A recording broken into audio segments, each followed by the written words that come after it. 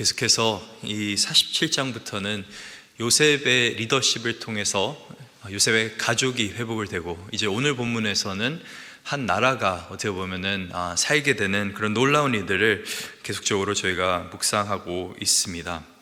요셉이 처음에 바로의 꿈을 해석해 줬을 때는 분명히 하나님께서 7년의 풍년 후에 7년의 기근이 있을 거라고 그렇게 말씀하셨습니다. 그리고 실제로 온 땅에 이제 풍년이 있었고, 근데 그 풍년 가운데 요셉은 열심히 이 곡식을 모았습니다.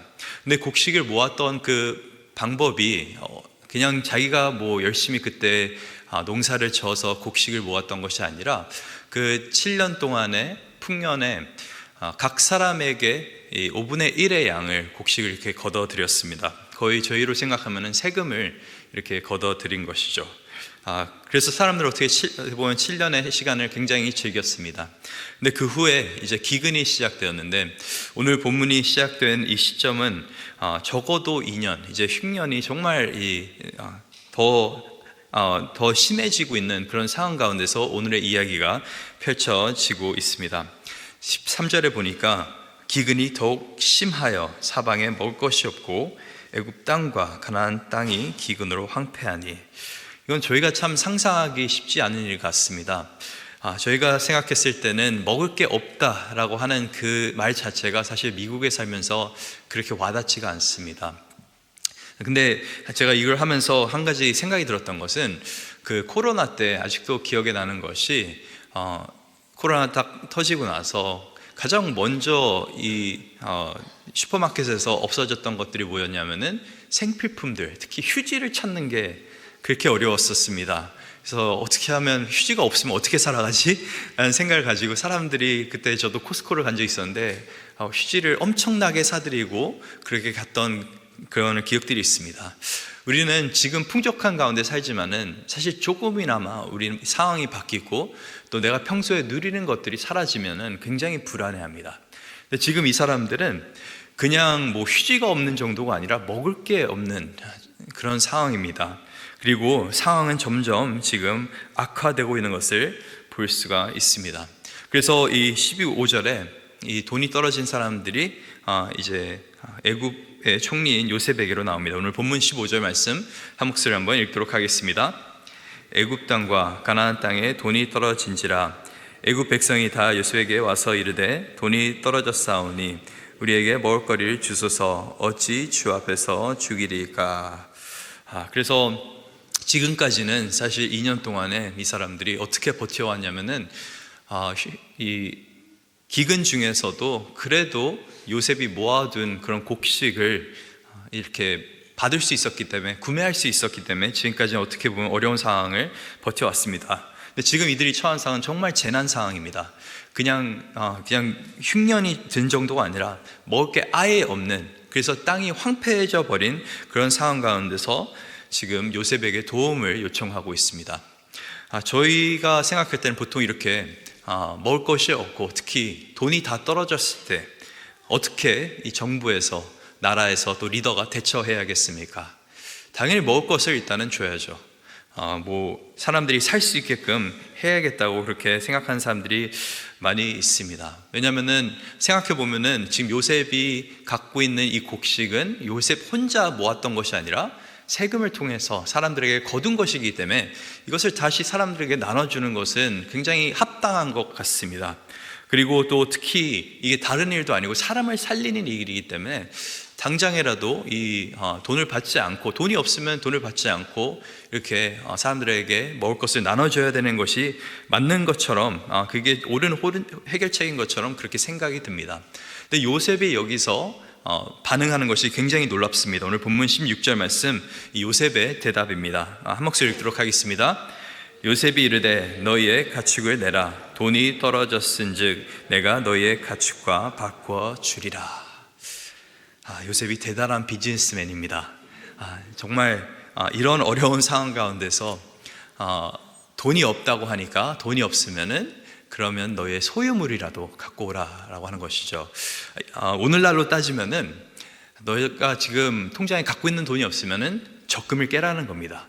아니면은 뭐 주식을 팔라, 아니면은 너희 집에 있는 귀한 물건들을 팔아서 그래서 이제 곡식을 이제 얻으라는 것입니다. 그래서 뭐 이걸 돈으로 환산할 필요 없이 그 물건들이 있는 그대로 나에게 갖고 오면은, 여기서는 이제 가축이죠. 가축을 갖고 오면은 내가 그것을 먹을 것으로 바꿔 주겠다. 굉장히 냉정한 이 리더, 또 비즈니스맨처럼 요셉의 모습이 그렇게 보입니다. 아니 정말 지금 먹을 게 없어서 죽어가고 있는, 좀 하루하루 버티는 것이 힘든 상황 가운데서 어떻게 이렇게 요셉은 냉철한 판단을 할 수가 있는 것일까요? 요셉의 말은 저희가 생각했을 때는 굉장히 차갑게 그렇게 느껴집니다. 근데 사람들은 어쨌든 뭐 먹을 것이 필요하니까 자기가 갖고 있는 온갖 가축들을 다 요셉에게 갖고 나옵니다. 오늘 본문 17절 말씀 한 목소리 읽도록 하겠습니다. 그들이 그들의 가축을 요셉에게로 끌어오는지라 요셉이 그 말과 양떼와 소떼와 나귀를 받고 그들에게 먹을 것을 주되 곧 모든 가축과 바꾸어서 그 해 동안에 먹을 것을 그들에게 주니라. 이렇게 사람들은 또 한 해를 버티게 됩니다. 근데 문제는 이 기근이 전혀 나아질 기미가 보이질 않는 것입니다. 자기들이 모아놨던 어떤 가축들, 아끼는 물건들 다 갖고 나와서 어떻게 보면 겨우 1년을 버텨왔는데 또다시 이 먹을 것이 떨어진 것입니다. 그리고 계속해서 기근이 생기는 이 상황 가운데서 이제는 돈도 없고 가축도 없는 상황 가운데서 사람들이 다시 요셉에게 나옵니다. 근데 이번에는 이 위기 속에서 요셉에게 나와서 이렇게 자기들의 상황을 설명합니다. 오늘 본문 18절 말씀 한 목소리 읽도록 하겠습니다. 그 해가 다 가고 새 해가 되매 무리가 요셉에게 와서 그에게 말하되 우리가 주께 숨기지 아니하나이다. 우리의 돈이 다하였고 우리의 가축대가 주께로 돌아갔사오니 주께 낼 것이 아무것도 남지 아니하고 우리의 몸과 토지뿐이라. 이제는 먹을 것도 없는데 돈도 없고 가축도 없고 도저히 우리가 뭘 할 수 있는 상황이 아니니 무엇을 마지막으로 이들이 내놓습니까? 지금 말하는 것이 우리는 이제 몸과 땅밖에 남질 않았습니다. 저번 이 상황 가운데서 그러니까 우리 좀 한번 봐주고 먹을 것을 달라고 할 수 있는데, 근데 이들이 오히려 요셉에게 제안을 합니다. 그 제안이 오늘 본문 19절에 나와 있습니다. 한 목소리 읽도록 하겠습니다. 우리가 어찌 우리의 토지와 함께 주의 목전에 죽으리이까? 우리 몸과 우리 토지를 먹을 것을 주고 사소서. 우리가 토지와 함께 바로의 종이 되리니 우리에게 종자를 주시면 우리가 살고 죽지 아니하며 토지도 황폐하게 되지 아니하리이다. 이들이 제안이 뭡니까? 우리에게 지금 남은 것은 가축도 없고 돈도 없고 우리에게 남은 것은 이 몸뚱아리, 일할 수 있는 능력과 그리고 우리가 살고 있는 이 토지입니다. 근데 이들이 놀랍게도 요셉에게 이 토지와 우리의 몸을 바로에게 줄 테니까 먹을 것을 달라고 그렇게 제안을 합니다. 양식이 없어서 그냥 기다리다가 죽는 것보다는 차라리 바로의 종으로 사는 것이, 차라리 우리가 갖고 있는 그 모든 것을 내어주는 것이 낫겠다라고 이 사람들이 지금 판단을 하고 있는 것입니다. 그리고 이제 다음 주 이제 월요일 날 본문을 보면은 이들의 요청을 또 요셉은 받아들입니다. 그래서 결국에는 참 아이러니한 게 요셉이 처음에 애굽에 왔을 때 종으로 팔려서 이렇게 왔는데 오늘 본문 이 담겨 있는 47장에서는 온 애굽을 종으로 삼게 되는 놀라운 이 변화의 역사, 반전의 역사가 일어나는 것을 볼 수가 있습니다. 그래서 오늘 저희는 이 본문을 통해서 뭘 배울 수가 있겠습니까? 어떤 분들은 그렇게 적용할 수 있을 것 같습니다. 특히 비즈니스 하는 분들은 받을 건 받자. 그냥 사람 좋아서 딱하다고 해서 막 주지 말고 정확하게 받을 거는 받자라고 적용하시는 분들이 있을 것 같습니다. 또 어떤 분들은 사실 오늘 본문과 같은 이런 본문을 보면서 성경을 굉장히 비판합니다. 왜냐면은 오늘 본문을 그냥 읽어보면은 이게 마치 노예 제도를 괜찮다고 말하는 것처럼 이렇게 비춰지는 것 같습니다. 특히 미국 사회에서 이 노예 제도라고 하는 것은 굉장히 민감한 문제, 이 역사적으로 사실 이것 때문에 남북 전쟁이 일어났고 굉장히 역사적으로 민감한 문제입니다. 사실 저희가 속한 이 남침내 교단에 에서도 한 가지 아킬레스건과 같은 좀 연약한 부분이 바로 이 노예제도 문제에 대해서 사실 과거에 많은 이 남친을 교단한 리더들이, 지금은 아니지만 과거에 이 노예제도에 대한 해석 때문에 사람들이 굉장히 어떻게 보면은 그것에 대해 불만을 갖고 그랬습니다. 근데 어쨌든 오늘 본문을 보니까 요셉은 사람들이 정말 긴박한 극한 상황 가운데 몰려 있을 때 오히려 그들에게 돈을 받으면서, 가축을 받으면서, 대가를 받으면서 이렇게 사람들에게 먹을 것을 나눠줌으로 결국에는 이들을 종으로 삼고 또 이들의 토지까지 그렇게 소유하게 되었습니다. 근데 과연 이것이 정말 요셉이 사람들을 그냥 노예 삼기 위해서 했던 행동이었을까요? 오늘날 이 세계 한 5천만 명 정도가 현대판 노예로 살고 있다라고 이렇게 국제노동기구에서 발표를 했습니다. 이 노예의 기준이 뭐냐면은 인격적으로 존중을 받지 못하고 사람 대접받지 못하고 한 개인의 소유물로 취급을 받는 것, 그리고 자유를 박탈당하고 또 삶의 많은 영역에서 제한을 받고, 그리고 정당한 대가를 받지 못하고 강제로 노동하는 사람을 현대판 그렇게 노예라고 말을 한다고 합니다. 그런데 오늘 본문에 드러나고 있는 이 애굽 사람들은 과연 정말 노예로 이렇게 살아가고 있는 것인가? 생각해 보면은 이들은 강제로 바로의 종이 된 것이 아닙니다. 이들은 스스로 자청해서 물론 상황 가운데서 어쩔 수 없이 했다고 생각이 들 수는 있지만은 이들은 스스로 결정을 한 것입니다. 스스로 먼저 요셉이 이렇게 제안한 것이 아니라 그들이 먼저 요셉에게 와서 우리가 토지와 또 우리가 노동을 할 테니까 우리에게 먹을 것을 좀 달라고 그렇게 부탁을 했습니다. 이들에게는 분명히 선택할 수 있는 그런 자유가 있었습니다. 그냥 인종에 따라서, 아니 어떤 상황에 따라서 당연히 노예가 된 것이 아니라 이들은 스스로 그 선택을 하게 된 것이었습니다. 더 중요한 것은 기근 중에 이들은 사실 그 어떤 것보다, 돈보다도 가축보다도 더 귀한, 더 소중한 곡식을 얻게 되므로 살아갈 수 있게 되었습니다. 이것은 어떻게 보면 정당한 대가를 받게 된 것이었죠. 사실 이들의 노동력이 얼마나 대단했는지는 모르겠습니다. 이들의 토지가 지금 얼마나 가치 있는지, 오늘 이제 47장 본문을 보니까 지금 토지 자체가 또 황폐해 있는 상황입니다. 땅값이 완전히 떨어진 것이죠. 이런 토지를 받아도 별 쓸모가 없는 상황 가운데서 어떻게 보면 요셉은 귀한 곡식을 내어주고 있는 것입니다. 그래서 이거를 이 고대 사회의 노예제도다라고 말하기에는 사실은 여러 가지 이런 상황들이, 요셉은 이 상황을 악용하면서 사람들로 하여금 애굽의 이 바로의 종이 되게 하는 것이 아니라 사람들의 돈을 빼앗고자, 짐승을 빼앗고자, 토지를 빼앗고자 그런 악한 마음을 가지고 이렇게 일을 해가고 있는 것이 아니라는 것을 저희가 볼 수 있습니다. 이제 다음 본문에서도 보면은 25절을 보니까 사람들이 이렇게 고백을 합니다. 정말 주께서 우리를 살리셨사오니, 이런 고백을 합니다.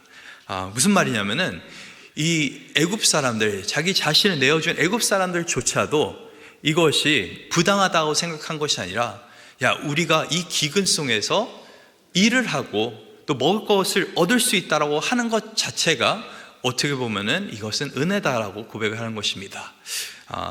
반대로 생각해 보면 지금은 이 기근 중에 놀랍게도 일자리를 창출해 준 거라고 그렇게 볼 수가 있습니다. 그럼 도대체 왜 요셉은 계속해서 기근으로 힘겨워하고 있는 사람들, 이 상황을 잘 알면서도 끝까지 대가를 받고 곡식을 제공했을까요? 그냥 봤을 때는 굉장히 냉정해 보이는 건데, 사실 오늘 본문에 또 요셉의 의도를 조금 저희가 생각해 볼 수가 있습니다. 저희가 공짜로 받은 물건들은, 그 값없이 또 얻은 것들은 사실 그렇게 귀하게 생각하지 않습니다. 제가 이 애들을 보면은 밥을 해주면은 어떤 때는 뭐 밥을 잘 먹을 때 있고 잘 먹지 못할 때도 있습니다.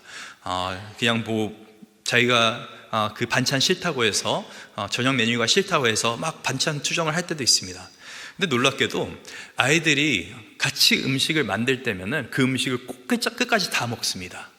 왜냐하면은 그 자기의 노동의 대가이기 때문에 그런 것이죠. 자기가 시간을 들이고 공을 들여서 뭔가 음식을 만들었기 때문에 그 음식이 더 맛있는 겁니다. 제가 고등학교 때 이제 CBS에서 일한 적이 있었습니다. 그래서 CBS에서 가게에서 일을 하면서 아르바이트 하면서 처음으로 어떻게 보면은 이제 진짜 어떤 직업을 가지고 돈을 벌었었는데, 근데 제가 첫 번째 이 월급을 받고 정말 뼈저리게 깨달은 게 있었습니다. 돈 버는 게 쉽지 않구나. 지금까지는 그냥 가볍게 부모님이 주시는 어떤 용돈과 또 부모님께서 주시는 어떤 환경 속에서 음식을 먹으면서 그게 자라는데, 야, 내가 이렇게 죽어라 이랬는데, 늦게까지 일했는데 지금 월급이 이거밖에 되지 않네 라고 하는 그 생각을 하면서 이젠 돈을 좀 아껴 써야겠다라는 생각이 들었습니다. 무슨 말입니까? 우리가 공짜로 얻게 되는 것들은 귀하게 생각하지 않는데 막 쓰게 되는 경향이 있는데, 근데 조금 노력해서 얻게 된 것들은, 나의 수고가 들어간 것들은 함부로 절대로 대하지 않습니다. 왜 도대체 요셉은 분명히 그냥 베풀면서 공짜로 이렇게 줄 수도 있는데 왜 굳이 값을 따져가면서 대가를 치르게끔 했겠습니까? 요셉의 마음 가운데는 이 기근이 하루 이틀 지금 있는 것이 아니라 앞으로 몇 년 계속적으로 지속될 걸 알고 있었습니다. 그리고 요셉의 이 곡간에는 그리고 마수하던 그 곡식에는 한계가 있습니다. 한계가. 그런데 만약에 사람들의 상황이 딱하다고 해서 이 사람 저 사람 퍼주기 시작하면은 그리고 필요한 음식들을 주면은 어떤 일들이 벌어지겠습니까? 물론 그 순간만큼은 사람들이 곡식을 받고 기뻐하겠죠. 근데 아마도 그 곡식을 공짜로 받았기 때문에 그 자기가 받은 곡식을 함부로 그렇게 사용했을 가능성이 높습니다. 그 곡식을 걸고 노름을 하거나 그 곡식을 가지고 이상한 장난을 치거나 그럴 수도 있을 것 같습니다. 그런데 이 사람들이 값진 것, 자기의 돈과 자기의 가축과 이 곡식을 바꾸니까 어떻게 이 식량에 대해서 대하겠습니까? 정말 아껴 먹으면서 정말 귀하게 그렇게 생각했을 것 같습니다. 그래서 어떻게 보면은 이렇게 대가를 치르면서 곡식을 나눠주니까 어느 정도 행정적으로 컨트롤이 되는 겁니다. 사람들이 함부로 와서 그냥 너도 나도 우리 더 달라 이렇게 막 하는 것이 아니라 정당한 대가를 받고, 사람들이 불평하지 않는 이유는 사실 이때에 요셉이 이 곡식의 값을 엄청 크게 쳤다라고 하는 성경의 말씀이 없습니다. 사람들에게 정말 빼앗듯이 말도 안 되는 가격으로 곡식을 제공했다고 되어 있지 않습니다. 한 가지 또 놀라운 것은 17절에 보니까 사람들에게 가축을 가져오라고 하는데, 근데 요셉이 말하는 것은 이 정도 가축을 갖고 오면 내가 이 정도 곡식을 주겠다라고 말하지 않고 가축만 갖고 오면 어떻게 보면 먹을 것을 주겠다라고 그렇게 이야기했습니다. 그리고 성경이 기록하는 것은 사람들이 말이든 양이든 소든 낙이든 어떤 가축을 갖고 와서든 곡식을 얻게 되었고, 결국에는 그 곡식을 인하여서 1년을 버틸 수 있었다라고 성경은 기록을 합니다. 무슨 말입니까? 요셉은 지금 값을 따지는 것이 아닙니다. 요셉은 사실 사람들에게 1년을 버틸 수 있는 충분한 곡식을 어떤 가축을 갖고 오든 제공했던 것이었습니다. 그래서 요셉이 정말 하고 싶어 했던 것은, 물론 그냥 곡식을 나눠줄 수도 있지만 이 기근 속에서 이게 한 사람이 더 먹고자 한다면 그런 사람이 여러 사람이 나타나면은 결국에는 모두가 죽게 되는 것입니다. 지금 퍼주다가 지금 4년째, 5년째, 6년째 못 버틸 수 있는 상황도 생길 수 있다는 것을 알고 있기에 자기의 지혜를 동원해서 어떻게 보면 요셉은 값진 것으로 이 곡식을 내어준 것인데, 근데 요셉이 했던 것은 어떻게 보면 더 값진 것을 이들에게 준 것이었습니다.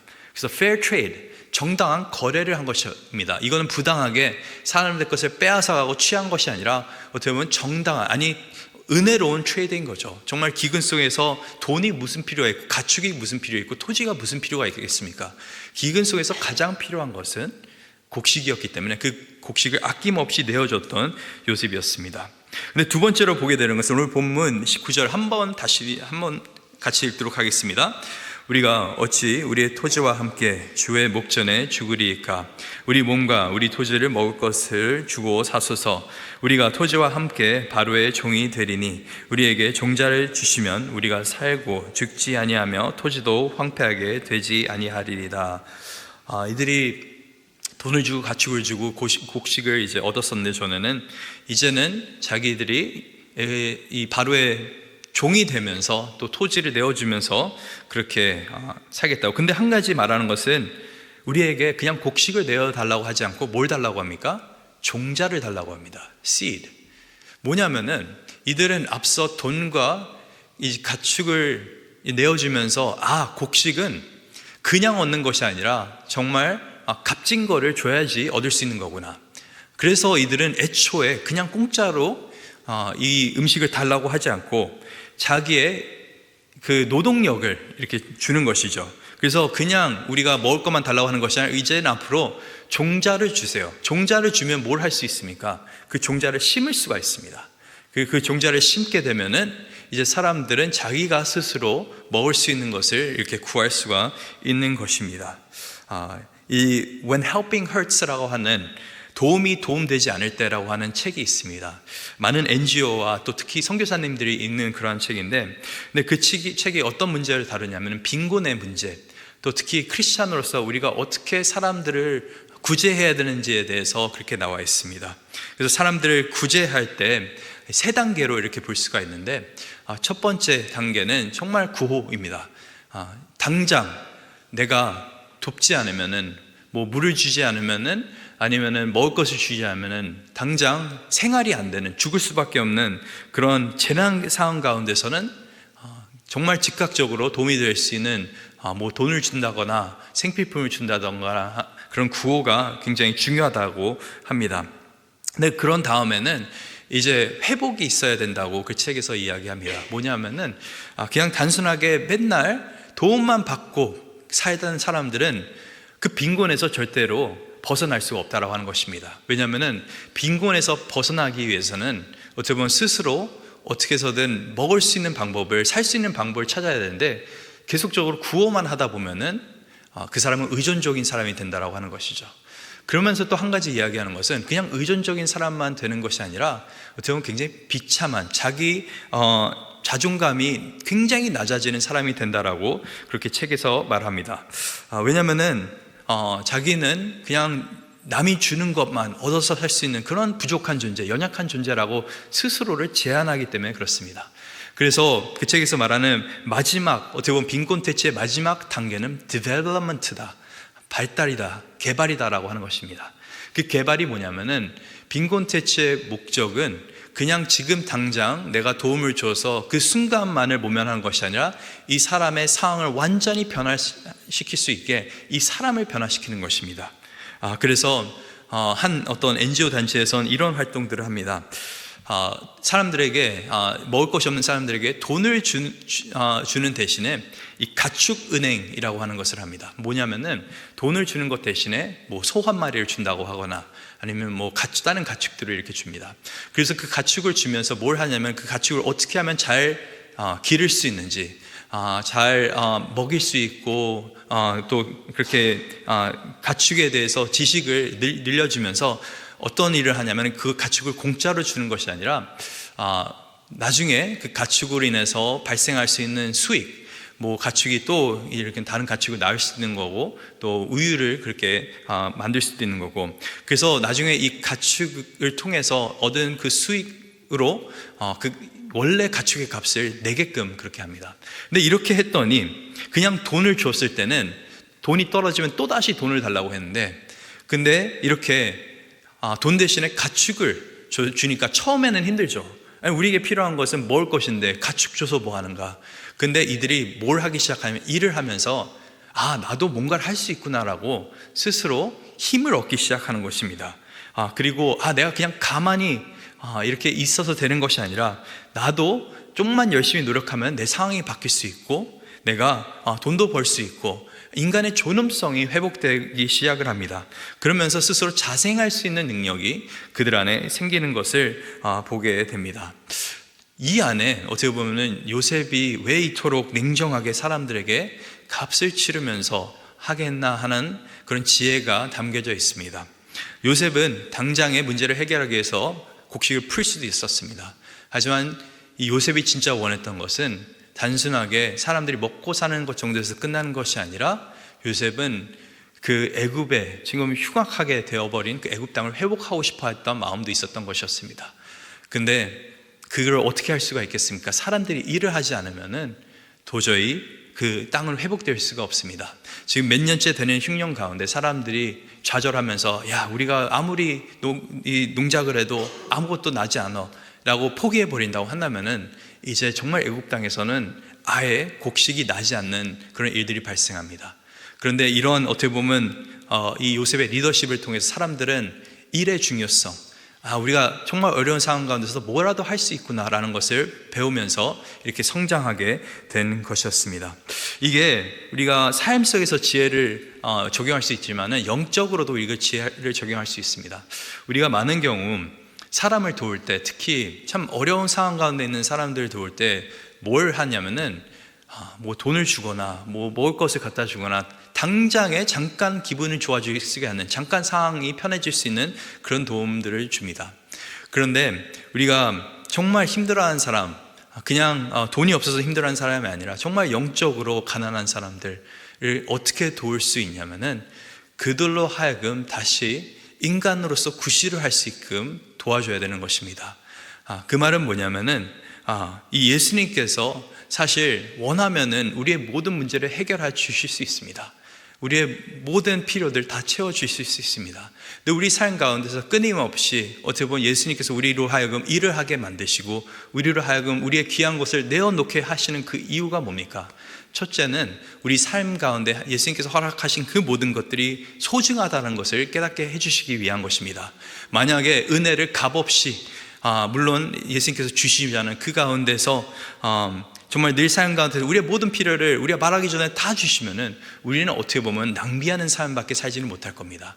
그런데 순간순간 때때에 필요한 그 은혜를 우리가 우리 생각에는 값을 치르고 그렇게 산다고 생각을 하는데, 근데 어떻게 보면 그 과정 속에서 우리는 조금 더 성장하고 조금 더 변화되는 것입니다. 그리고 결국에는 우리의 변화된 삶을 통해서 예수님께서 하고자 하시는 것은 무엇입니까? 이 땅을 변화시키는 것입니다.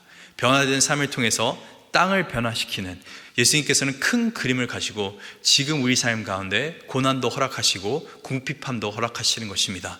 그 가운데서 우리가 해야 될 일은 좌절하는 것이 아니라 우리의 것을 어떻게든 아낌없이 주님의 손에 내어드리는 것입니다. 우리가 정말 부정한, 정말 부조리한 지도자를 믿고 있다고 한다면 우리가 우리의 것을 내어드리는 것은 정말 미련한 일이죠. 하지만 우리가 예수님께서 어떤 분인지를 안다고 한다면 요셉이 지혜로 충만했던 사람이었던 것처럼 예수님은 그보다 더 놀라운 지혜를 갖고 계신 분인데 우리가 우리의 것을 내어줄 때 얼마나 하나님께서 놀랍게 우리의 것을 사용하셔서 우리의 인생뿐만 아니라 다른 사람의 인생을 변화시킬 수 있겠습니까? 그래서 우리가 오늘 본문에 담겨있는 이 놀라운 하나님의 지혜이라는 것은 결코 나쁜 것이 아닙니다. 우리가 노력하는 것 결코 나쁜 것이 아닙니다. 자꾸 노력하지 않고 은혜 받으려고 하지 마시고 정말 하나님께서 허락하신 그 상황 가운데서 나의 것을 내어주면서 끝까지 하나님을 의지하고 신뢰하는 가운데서 우리의 삶을 온전히, 그래서 예수 그리스도의 종으로 살 수 있는 저의 여러분 될 수 있기를 간절히 소망합니다.